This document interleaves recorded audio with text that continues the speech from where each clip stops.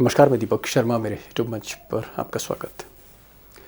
दोस्तों, सियासत में 40-45 कोई उम्र नहीं होती और जब 45 साल के बिहार के गुमनाम से मंत्री को, नितिन नबीन को, जब मोदी और शाह ने अचानक बीजेपी का सबसे बड़ा बॉस बना दिया तो बीजेपी के बड़े से बड़े नेता, कई बड़े नेता, उनके होश उड़ गए। लोगों को समझ नहीं आया कि जो 45 साल का लड़का दिल्ली आता था और बीजेपी के कई नेता ढंग से सलाम नहीं करते थे, नमस्ते नहीं करते थे, उसको अचानक पार्टी का बाप बना दिया मोदी शाह ने। अब दोस्तों, मोदी और शाह यूं ही कोई फैसला नहीं लेते, और वो भी इतना बड़ा फैसला।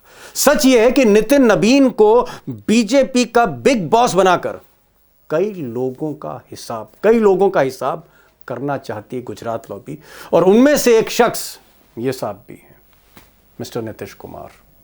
अब 45 साल के जो नितिन हैं, इनको अभी राष्ट्रीय कार्यकारी अध्यक्ष बनाया गया है, लेकिन महीने भर बाद यानी खरमास खत्म होने के बाद जनवरी में इनकी ताजपोशी होगी। रियल बॉस यही बनेंगे, और आप मान के चलिए कि बीजेपी के चीफ नड्डा के बाद यही है। सवाल इस बात का है कि नितिन के जरिए किन किन लोगों का हिसाब होगा, ये तो मैं आगे बताऊंगा, लेकिन पहले बात कर लेते हैं नीतीश कुमार की। नीतीश कुमार की बात इसलिए क्योंकि जो नितिन के बॉस हैं, फिलहाल अमित शाह हैं, इन्होंने नीतीश कुमार का एग्जिट प्लान तैयार कर लिया है। क्या ये एग्जिट प्लान मिस्टर नितिन के जरिए ही एग्जीक्यूट होगा बिहार में? अब दोस्तों, जो बड़ी खबर मैं आपको सुनाना चाहता हूं, ब्रेक करना चाहता हूं, उसको समझने के लिए थोड़ा सा बिहार के पुराने समीकरण, नीतीश बाबू के थोड़े पुराने इक्वेशन हमें समझने होंगे, और फिर ये कहानी परत दर परत खुद खुलती चली जाएगी कि भाई ये जो नितिन बाबू हैं 45 साल के गुमनाम टाइप के, इनको अचानक सबसे ताकतवर कुर्सी क्यों दे रहे हैं मोदी और शाह पार्टी में? वजह क्या है? क्या करवाना चाहते हैं? नीतीश कुमार इससे कैसे जुड़े हुए हैं, मैं ये आपको बताना चाहता हूं, और इसलिए सिर्फ मुझे 2 सेकंड दीजिए, मैं रिकैप करना चाहता हूं नीतीश कुमार और उनके पुराने समीकरण। दरअसल नीतीश कुमार जब मुख्यमंत्री बने एनडीए की मदद से, यानी वाजपेयी और आडवाणी की मदद से, उस वक्त बिहार में एक जबरदस्त एनडीए की लॉबी होती थी। एक तरफ नीतीश कुमार थे और दूसरी तरफ सुशील मोदी थे। सुशील मोदी बीजेपी से थे, नीतीश कुमार जनता दल यूनाइटेड से थे।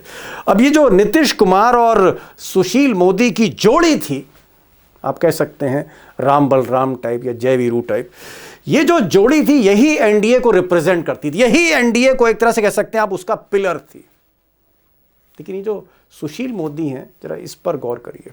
हालांकि अब इस दुनिया में नहीं है सुशील मोदी। सुशील मोदी से, जी हाँ, गौर करिएगा, सुशील मोदी से ये जो नितिन नवीन है 45 साल के, इनके जो पिता थे नवीन किशोर सिन्हा, उनकी नहीं बनती थी। यानी सुशील मोदी से 36 का आंकड़ा था नितिन जी के पिताजी का, और सुशील मोदी से एक तरह से 36 का ही आंकड़ा रहा नरेंद्र मोदी का। जी हाँ, दोनों का। थोड़ा समझने की कोशिश करिए अब कहानी। बड़े इंपॉर्टेंट पॉइंट पर आ रहा हूं, गौर करिएगा। 24 नवंबर 2005, 20 साल पहले, इस दिन जब नीतीश कुमार बिहार के मुख्यमंत्री बने तो उनके साथ एक और शख्स ने शपथ ली, सुशील मोदी। जाहिर है दोनों दोस्त हैं, राम बलराम हैं, जय वीरू हैं। तो सुशील मोदी डिप्टी सीएम बनाए गए बीजेपी की तरफ से, और इधर से नीतीश कुमार बने, जनता दल यूनाइटेड जो आज की है।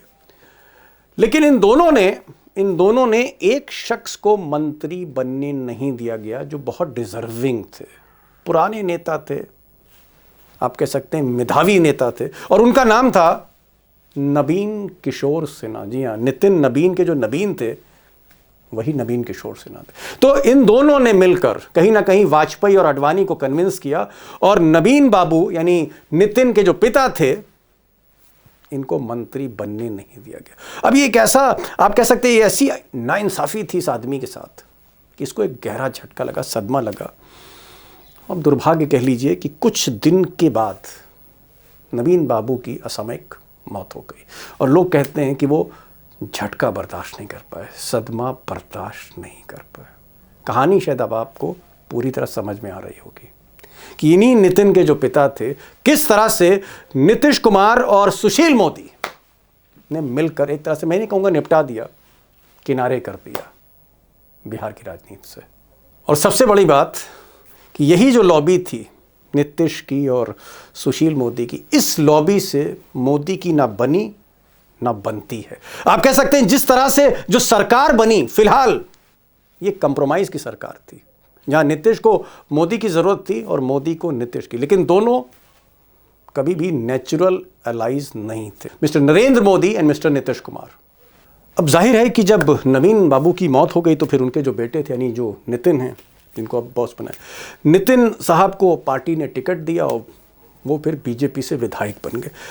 और कहीं ना कहीं सुशील मोदी से या नीतीश कुमार से, आप कह सकते हैं इस लॉबी से, यानी नीतीश और सुशील मोदी की लॉबी से, मिस्टर नितिन नबीन, ये नितिन नबीन कभी कंफर्टेबल नहीं रहे। और इसी लॉबी से, जैसे मैंने पहले कहा, नरेंद्र मोदी भी कभी कंफर्टेबल नहीं रहे और इसीलिए सुशील मोदी को किनारे भी किया गया।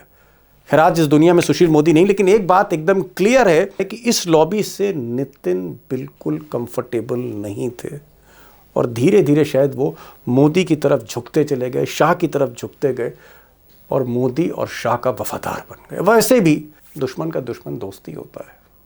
अब यहाँ एक और बात मैं थोड़ा सा क्लियर करना चाहता हूँ, ये कि नीतीश बाबू का कोई झगड़ा नहीं है, नितिन से झगड़ा नहीं है, लेकिन ये भी बात सही है कि सुशील और नीतीश की जो लॉबी थी उससे कभी कंफर्टेबल मिस्टर नितिन नहीं रहे। अब सवाल इस बात का है कि क्या अमित शाह, जिन्होंने एग्जिट प्लान तैयार कर लिया है नीतीश कुमार का, जो नीतीश कुमार को विदा करने चाहते हैं, कुर्सी से हटाना चाहते हैं, अपना सीएम बनाना चाहते हैं, ये जो एग्जिट प्लान है अमित शाह का, नीतीश कुमार को सत्ता से बाहर करने का, कुर्सी से उतारने का, क्या इस एग्जिट प्लान को अब नितिन लागू करेंगे?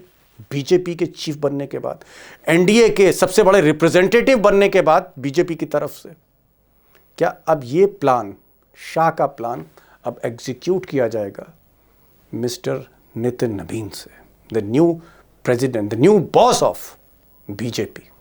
अब दोस्तों ऐसा नहीं है कि सिर्फ नीतीश कुमार को हटाने के लिए या नीतीश कुमार के एग्जिट प्लान को एग्जीक्यूट करने के लिए ही नितिन बाबू को इतना बड़ा पद दे दिया, ऐसा भी नहीं है। दरअसल कई मैसेजेस, कई संदेश मोदी और शाह देना चाहते हैं आरएसएस को, और बीजेपी के जो खलीफा हैं उनके खिलाफ उनको मैसेज देना चाहते हैं। पहला मैसेज ये है कि मोदी शाह ने क्लियर कर दिया कि जो वो चाहेंगे वही बीजेपी में होगा, जो मोहन भागवत चाहेंगे या फिर आरएसएस के बड़े नेता चाहेंगे, उनकी चॉइस प्रायोरिटी नहीं है, प्रायोरिटी मोदी और शाह की चॉइस है और नितिन नबीन उनकी चॉइस है, नंबर 1। और नंबर 2, जो वफादार होगा, जो लॉयल होगा, जो पसंद होगा गुजरात लॉबी को, उसी को आगे बढ़ाया जाएगा, वो चाहे जेपी नड्डा हो या जेपी नड्डा के उत्तराधिकारी हो। पॉइंट नंबर 2, और पॉइंट नंबर 2 है कि नितिन अभी कार्यकारी राष्ट्रीय अध्यक्ष हैं। कुछ दिनों के बाद जब वो अध्यक्ष बन जाएंगे फुल फ्लेजेड, उसके बाद गुजरात लॉबी कई बड़े ऑपरेशन शुरू करना चाहती, बीजेपी के भीतर, बीजेपी के बाहर, बिहार के अंदर, बिहार के बाहर। उसका आपको इंतजार करना पड़ेगा उन ऑपरेशंस का, जो एग्जीक्यूट करेंगे वफादार नितिन नबीन अमित शाह के बिहाफ पे। और नंबर 3, बिहार को, समूचे बिहार को अपने कंट्रोल में अमित शाह लेना चाहते हैं। और जब मैं कंट्रोल की बात करूं तो ना सिर्फ नीतीश कुमार को गद्दी से उतारना है, सिर्फ यही नहीं है, बल्कि नीतीश कुमार का जो वोट बैंक है, जो ताकत है उनकी, उस वोट बैंक को भी खींचना है अपनी तरफ। तो पूरा कंट्रोल बीजेपी का बिहार में होना चाहिए, यह अमित शाह का इरादा है और इस इरादे को कहीं ना कहीं एग्जीक्यूट करेंगे, लागू करेंगे, इंप्लीमेंट करेंगे नितिन। और भी कई प्लान हैं, आगे डिस्कस करेंगे। अब दोस्तों नितिन नबीन की जो चौंकाने वाली खबर जैसे ही सामने आई तो उसकी बड़ी गहरी प्रतिक्रिया बीजेपी के भीतर भी थी, विपक्ष में भी थी। अब बीजेपी के जो नेता हैं, हालांकि अंदर से हिले हुए कि ये हो क्या गया, इस लड़के को कहां से कहां बैठा दिया, उनकी प्रतिक्रिया दिखाने का कोई मतलब नहीं है, क्योंकि कैमरे पर तो सच कोई बीजेपी का बोलेगा नहीं, सब तारीफ ही करेंगे। लेकिन विपक्ष में कई नेताओं ने कहा कि भाई गुजरात लॉबी ने अल्टीमेटली इलेक्शन नहीं किया है, इलेक्शन नहीं है, ये सिलेक्शन है मोदी शाह का। दरअसल नितिन नबीन जो हैं वो एक मोहरा है, एक मोहरा है। और प्रमोद तिवारी जो कांग्रेस के नेता हैं, उन्होंने तो यहां तक कह दिया कि किस जेब से नितिन को निकाला और किस जेब में डाला किसी को पता ही नहीं लगा। जैसा मैंने पहले कहा कि बिना कोई प्लानिंग किए, बिना कोई खेल किए गुजरात लॉबी किसी को फर्श से अर्श पर नहीं पहुंचाती है, इतना बड़ा इनाम नहीं देती। अब इनाम की कीमत क्या होगी इसको मैं डिस्कस करने चाहता हूं। और मैं चाहता था कि एक ऐसा कोई साथी आए कैमरे के सामने जो आपको बताए नितिन के बारे में, जो उनको जानता भी हो। और मुझे याद आ रहा है कि हमारे पैनलिस्ट अभिषेक कुमार, इन्होंने 1.5 महीने पहले प्रोग्राम में भी बोला था और हमसे भी कहा था कि ये जो नितिन हैं और एक आध और के नाम लिए थे, यही बिहार में अमित शाह की आंख और कान है। लेकिन अभिषेक ने यह नहीं बताया था कि वो बीजेपी के अध्यक्ष बनने जा रहे हैं, लेकिन ये कहा था कि इनका फ्यूचर बड़ा ब्राइट होने वाला है, क्योंकि बिहार में गुजरात लॉबी के बड़े खास हैं। मैंने आज अभिषेक से और भी कई सवाल किए हैं फ्यूचर के बारे में, बीजेपी क्या करने जा रही, इरादे क्या हैं गुजरात लॉबी के, क्योंकि कहीं ना कहीं सब कुछ देश की राजनीति, राष्ट्रीय राजनीति पर असर डालेगा। अभिषेक, आप पहले रिपोर्टर थे बिहार से, आप पहले ऐसे शख्स थे जिन्होंने हमारे प्रोग्राम में भी कहा, मुझसे आपने व्यक्तिगत तौर पे कहा कि नितिन नवीन अमित शाह के बहुत क्लोज है। जब मैंने आपसे पूछा कि भाई अमित शाह किसके जरिए बिहार चलाते, मोदी शाह किसके जरिए बिहार चलाते, तो आपने एक दो नाम लिए थे। मुझे याद आ रहा है एक नाम उसमें नितिन नवीन का था। और मैं अगर साफ तौर पे कहूं, मैं इस नाम से बहुत ज्यादा परिचित नहीं था इस नाम से, लेकिन आपने सबसे पहले कहा, और आपने ये भी कहा कि नितिन नवीन का जो फ्यूचर है वो ब्राइट है। मैं जानना चाह रहा हूं किस बिना पर आपने 1.5-2 महीने पहले ये बात कही थी। देखिए दीपक जी, नितिन नवीन नरेंद्र मोदी और अमित शाह की गुड बुक में आज से नहीं, पिछले 1.5 दशकों से है। 15 साल पहले से। 15 साल? जी। नवीन किशोर प्रसाद सिन्हा के बेटे हैं, 5वीं बार पटना से जीते हैं, बांकीपुर विधानसभा सीट से। इनके पिताजी भी 3 या 4 बार भारतीय जनता पार्टी के एमएलए थे। अचानक उनका देहांत हो गया था। और नितिन नवीन पहली बार चर्चा में तब आए थे जब आपको याद होगा कि नितिन गडकरी को, एक दूसरे नितिन को, बीजेपी का नेशनल प्रेसिडेंट बनाया गया था। उस वक्त उनको राष्ट्रीय अध्यक्ष बनाए जाने को राष्ट्रीय कार्यकारिणी की मंजूरी लेनी थी, और वो मंजूरी लेने के लिए जो जगह चुनी गई वो थी पटना, और साल था जून 2010 का। पटना में भाजपा के तमाम मुख्यमंत्री और बड़े नेता पहुंच रहे थे उस कार्यकारिणी की बैठक में भाग लेने। और उसके पहले पटना की सड़कों पर एक पोस्टर चारों तरफ पटा पड़ा था। वो पोस्टर नितिन नवीन ने लगवाया था, पटना के विधायक। उस पोस्टर में एनडीए की लुधियाना रैली में नरेंद्र मोदी का हाथ पकड़े हुए नीतीश कुमार खड़े हैं। और उसके साथ साथ इस बात का जिक्र था कि जब बिहार में बाढ़ की आपदा आई थी, तब गुजरात ने बिहार को 5 करोड़ रुपए की आर्थिक सहायता दी थी। और इस पोस्टर का परिणाम ये हुआ इस पोस्टर का कि भाजपा नेताओं के लिए बिहार के मुख्यमंत्री नीतीश कुमार जो डिनर आयोजित कर रहे थे, इतने खफा हुए कि उस डिनर को उन्होंने कैंसिल कर दिया, और भाजपा के नेता अपमानित होने के बावजूद नीतीश कुमार के साथ रहने को मजबूर थे। मतलब आप कह रहे हैं 2010 की बात बता रहे हैं, जिस वक्त नरेंद्र मोदी प्रधानमंत्री की कुर्सी से तकरीबन 4 साल दूरी पर थे, उनका कहीं नाम ही नहीं था कि कभी ये प्रधानमंत्री बनेंगे। उस वक्त जब वो मुख्यमंत्री थे, तब से नितिन नवीन की सेटिंग है उनसे, ये आप कहना चाह रहे हैं? सेटिंग हो या ना हो, लेकिन नरेंद्र मोदी की नजर में वो चढ़े हुए जरूर थे। बिहार के अंदर जो नरेंद्र मोदी की टीम कही जाती है, उस वक्त नरेंद्र मोदी के करीबियों में किसकी गिनती होती थी बिहार में? नितिन नवीन, रामेश्वर चौरसिया, तो खैर रामेश्वर चौरसिया नेशनल टीम में थे, गिरिराज सिंह, इन्हीं लोगों की गिनती होती थी। सबको कुछ ना कुछ मिल गया था। गिरिराज सिंह को भी मिल गया, सीपी ठाकुर के बेटे को भी राज्यसभा मिल गई थी। नितिन नवीन को अब तक कुछ मिला नहीं था। नितिन नवीन कंपैरेटिवली यंग भी थे। ठीक है, बाद में आप कह रहे हैं कि अमित शाह से भी उन्होंने अपना राबका साबका बना लिया, और इसीलिए आपने 1.5 महीने पहले मुझसे कहा था कि इनका फ्यूचर ब्राइट। लेकिन शायद आपको तब ये नहीं मालूम होगा कि ये आदमी का फ्यूचर ब्राइट नहीं, बल्कि फ्यूचर पूरी सूरज की तरह चमकेगा, और वो बीजेपी की सबसे बड़ी पायदान चढ़ेंगे, सबसे बड़ी कुर्सी, सबसे ताकतवर कुर्सी उनको मिलेगी। अब चलिए, अब ये तो हो गया कि एक चीज आपने क्लियर कर दी कि ये मोहन भागवत आरएसएस की चॉइस नहीं है। आपने ये भी तय कर दिया कि ये इलेक्शन के प्रोसेस से नहीं आए हैं, वो सिर्फ एक फॉर्मेलिटी है। ये एक तरह से सिलेक्शन है नरेंद्र मोदी का, अमित शाह का, गुजरात लॉबी का। लेकिन मैं एक चीज जानना चाह रहा हूं कि नितिन नबीन जैसे गुमनाम आदमी को, जो राजनीति में गुमनाम थे, दिल्ली में मैंने कई बीजेपी के लीडर से बात करी जो उत्तर प्रदेश के हैं, हरियाणा के हैं, उनको नाम ही नहीं मालूम। वो एकदम से शक पका गए कि ये नाम कहाँ से आ गया। आप क्योंकि बिहार के हैं और परिचित थे इनसे, इस वजह से आप जानते हैं या बिहार के लोग जानते हैं। मैं एक चीज जानना चाह रहा हूं कि नितिन नबीन को ही क्यों बनाया? इसका मैसेज क्या है कि अब जो बीजेपी का राष्ट्रीय अध्यक्ष होगा वो नड्डा से भी ज्यादा कमजोर होगा? क्या वो एक ऐसा आदमी होगा जो नरेंद्र मोदी की जेब में होगा, अमित शाह की जेब में होगा? देखिए, मोदी और शाह जो सिलेक्शन कर रहे हैं वो सिलेक्शन स्वाभाविक है कि उसका सबसे बड़ा क्राइटेरिया ही यही है कि अध्यक्ष या कोई भी पद जिसे दिया जा रहा है वो मोदी शाह के प्रति लॉयल हो, उनके प्रति प्रतिबद्ध हो और जैसे वो चाहे उसको चला सके।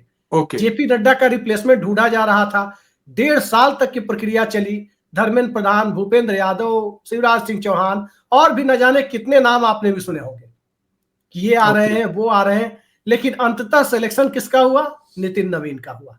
किसी ने नहीं सोचा था कि नितिन नवीन आएंगे। खुद नितिन नवीन ने भी शायद नहीं सोचा होगा कि उन्हें पार्टी का नेशनल प्रेसिडेंट, पहले वर्किंग प्रेसिडेंट और जी। 1-2 महीने बाद नेशनल प्रेसिडेंट बना दिया जाएगा। लेकिन हाँ, बीजेपी के अंदर की कायस्थ लॉबी में कितनी खलबली है या बिहार भाजपा में कितनी खलबली है, इसका जी। अंदाजा आप इसी से लगा सकते हैं कि आज सम्राट चौधरी ने 1-to-1 बंद कमरे में नितिन नवीन से तकरीबन 1 घंटे तक बातचीत की है।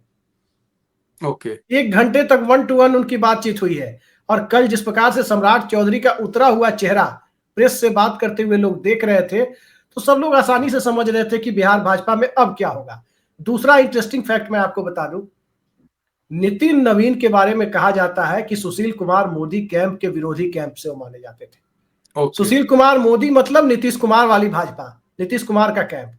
नीतीश ओके। कुमार के कैंप के विरोध में है, तो अब नीतीश कुमार आगे क्या करेंगे ये भी देखा जाना दिलचस्प। बड़ी बात आपने कह दी। आपने कहा कि सुशील कुमार मोदी, सुशील मोदी और नीतीश कुमार, इनकी जो एक तरह से ग्रुपिंग थी, आप कह सकते हैं जो प्रो बीजेपी कैंप था नीतीश कुमार का, उस कैंप से एकदम 36 का आंकड़ा नितिन नवीन का था।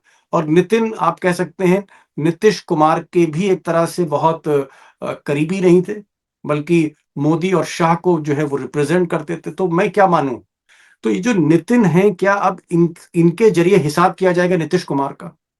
नीतीश कुमार का हिसाब अब नितिन नवीन से होगा और इसलिए लाया गया, ये भी एक रीजन है? दीपक जी, इस सवाल के 2 आंसर हो सकते हैं, एक वोट बैंक के लिहाज से और दूसरा बिहार में भारतीय जनता पार्टी के रुचि के हिसाब से। वोट बैंक के हिसाब से देखा जाए तो नितिन नवीन के आने से नीतीश कुमार को कोई नुकसान नहीं है, क्योंकि नितिन नवीन कायस्थ समाज से आते हैं जो बीजेपी का वोटर पिछले 3-4 दशकों से माना जाता है। ओके। लेकिन रही बात भारतीय जनता पार्टी के एजेंडे की, तो ये बात अब लगभग साफ हो चली है कि बीजेपी का फोकस बिहार है। बीजेपी 40 लोकसभा सीटों वाले सबसे बड़े हिंदी भाषी राज्य यूपी के बाद, उसमें अपनी सरकार चाहती है, अपना मुख्यमंत्री चाहती है, अपना एब्सोल्यूट कंट्रोल चाहती है। और बिहार पर फोकस है, बंगाल पर फोकस है, इसके लिए नितिन नवीन को लाया गया है। और जब बीजेपी का बिहार में इंटरेस्ट बढ़ रहा है तो नीतीश कुमार के कान खड़े होना स्वाभाविक है। नीतीश कुमार के बारे में जो चर्चा चल रही है, आपको एक और चीज मैं बता दूं, कल की ही घटना है। कल राष्ट्रीय जनता दल से मांगा गया कि आपको अल्पसंख्यक की विधानसभा की समिति का चेयरमैन पद दिया जा रहा है। उसने शहाबुद्दीन के बेटे ओसामा का नाम दिया, लेकिन उसी अल्पसंख्यक यानी माइनॉरिटी की विधानसभा की समिति की अध्यक्षता एमआईएम के विधायक को नीतीश कुमार ने दे दी। और चर्चा ओके। गर्म है कि राजद ने प्रतीकात्मक तौर पर लालू यादव और तेजस्वी यादव ने ओसामा साहब का नाम दिया था, वो भी नहीं चाहते थे कि ठीक ओसामा है। साहब को एक पद दिया जाए, यानी दोनों की मर्जी से एमआईएम के विधायक को दिया गया है। नहीं, ठीक। तो नीतीश कुमार एनडीए के साथ टिकेंगे, ये संभावना अब क्षीण होती जा रही है। नीतीश कुमार एनडीए के साथ बहुत कंफर्टेबल नहीं है। कई तरह के संकेत अभिषेक कुमार ने दिए हैं कि रोज वहां जिस तरह की राजनीति हो रही है बिहार में, नीतीश कुमार के फैसलों से लगता है कि वो मोदी और शाह, खासकर अमित शाह के साथ वो खुश नहीं है। और अब जिस तरह से मोदी और शाह के आदमी को बीजेपी का सर्वोच्च नेता बनाया गया है, राष्ट्रीय अध्यक्ष बनाया, बिहार पर उनकी पकड़ ज्यादा रहेगी, प्रेशर ज्यादा रहेगा, एनडीए को भी वही डील करेंगे, नितिन ही डील करेंगे। और ये कह रहे हैं कि चूंकि वो विरोधी हैं, नीतीश कुमार खेमे के विरोधी हैं, इसलिए क्या हम ये माने अभिषेक कि जो नीतीश कुमार का हिसाब किताब है अब नितिन नवीन ही के जरिए होगा, यानी खरबूजे पे छुरी चले या छुरी पे खरबूजा है, सारा कुछ खेल जो होगा बिहार में नीतीश कुमार के एग्जिट का, उसमें कहीं ना कहीं नितिन नवीन की भूमिका होगी। अब बीजेपी के आला कमान के तौर पर तो प्रतीकात्मक ही सही, लेकिन नितिन नवीन ही आसीन होंगे। जैसे जी पहले जेपी नड्डा थे, अब उनकी जगह नितिन नवीन ही होंगे। जेपी नड्डा जब पटना में जाकर ये बोले थे कि इस देश में कांग्रेस मुक्त भारत से पहले क्षेत्रीय दल मुक्त भारत हो जाएगा, 1 महीना भी नहीं लगा था, नीतीश कुमार बाहर हो गए थे एनडीए से। जी 2022 की बात है। और अब बिहार का ही आदमी भारतीय जनता पार्टी का बॉस बन गया, भले ही प्रतीकात्मक बॉस ही सही, लेकिन भारतीय जनता पार्टी का जो एजेंडा है वो खुलकर सामने आ गया कि बिहार उसकी प्रायोरिटी लिस्ट में टॉप पर है। बिहार जब टॉप पर है तो बिहार पर जिसकी सत्ता है, जो अपनी सत्ता को 20 साल से येन केन प्रकार चला रहा है, वो भला बीजेपी को थाली में परोस कर दे देगा, एजेंडा को समझते हुए बीजेपी के साथ टिका रह जाएगा, ये बात आसानी से गले उतरती नहीं है।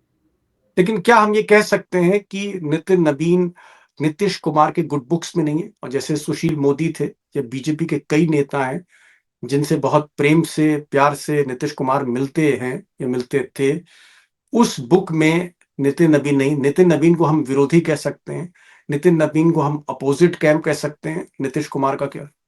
देखिए, एक जनरेशनल गैप भी है। इनके पिता नवीन किशोर प्रसाद सिन्हा पटना यूनिवर्सिटी की छात्र राजनीति में नीतीश कुमार के साथ थे, और सबको बहुत आश्चर्य हुआ था 2005 में, जब सुशील मोदी मंत्री बन गए, अश्विनी चौबे मंत्री बन गए, नंदकिशोर यादव बन गए, प्रेम कुमार बन गए, पूरी जेपी मूवमेंट से जुड़ी हुई जो बीजेपी की लीडरशिप थी, वो सब मंत्री बन गए, एक आदमी छोड़ दिया गया, नवीन किशोर प्रसाद सिन्हा। ओके, और कई लोग कहते हैं कि इसी वजह से उनका ब्रेन हेमरेज हुआ और उनका देहांत अगले 1.5 मतलब महीने आप में कह रहे हैं अचानक नीतीश हो कुमार गया। की वो चॉइस नहीं थे? नीतीश कुमार की चॉइस नहीं थे या सुशील मोदी की चॉइस नहीं थे, इस पर तो ओके, आज तक चर्चा होती है, लेकिन मंत्री तो नीतीश कुमार ने ही नहीं बनाया उन्हें। चलिए, ये लाल पुरानी कृष्ण आडवाणी पुरानी या पुरानी पुरानी अंदर की अदावत है। और एक चीज राज एकदम क्लियर आज कर दी है अभिषेक कुमार ने कि नितिन नवीन कहीं ना कहीं नीतीश कुमार की गुड बुक्स में नहीं है, मोदी और शाह के साथ हैं। 2010 में भी उन्होंने मोदी और नीतीश के बीच में एक दरार पैदा कर दी थी, जहां नीतीश कुमार नाराज होकर डिनर में नहीं गए थे। उनके पिता नितिन नवीन के जो पिता थे, उनको कहीं ना कहीं मंत्रिमंडल में शामिल नहीं किया गया, जबकि वो नीतीश कुमार के साथ यूनिवर्सिटी के स्टूडेंट लीडर कहलाते थे। कहीं ना कहीं ऐसा लग रहा है दोस्तों, कहीं ना कहीं ऐसा लग रहा है कि आने वाले समय में नीतीश कुमार का जब एग्जिट प्लान जो अमित शाह तैयार कर रहे हैं, उसके एक अहम गवाह, बल्कि मैं कहूंगा उसके एग्जीक्यूटर, उस प्लान को लागू करने वाले नितिन नवीन होंगे। और बिहार की राजनीति में जो उथल पुथल होने जा रही है, उसमें नितिन नवीन जो नए राष्ट्रीय अध्यक्ष है, उनकी भूमिका होगी। और एक बार फिर मैं कहना चाहूंगा कि ये जो पद दिया गया, वैसे तो इलेक्शन से होता था, इलेक्शन के जरिए ही बीजेपी जो है, जिसका उसका प्रोसीजर है अपने राष्ट्रीय अध्यक्ष को चुनने का, लेकिन ये इलेक्शन नहीं, सिलेक्शन है। जैसे पर्ची मुख्यमंत्री बनते थे, पर्ची खोल के यहां से मोदी पर्ची लिखते थे और मुख्यमंत्री बना दिया जाता था। तो पर्ची मुख्यमंत्री की जगह अब पर्ची अध्यक्ष भी पहला हम देख रहे हैं।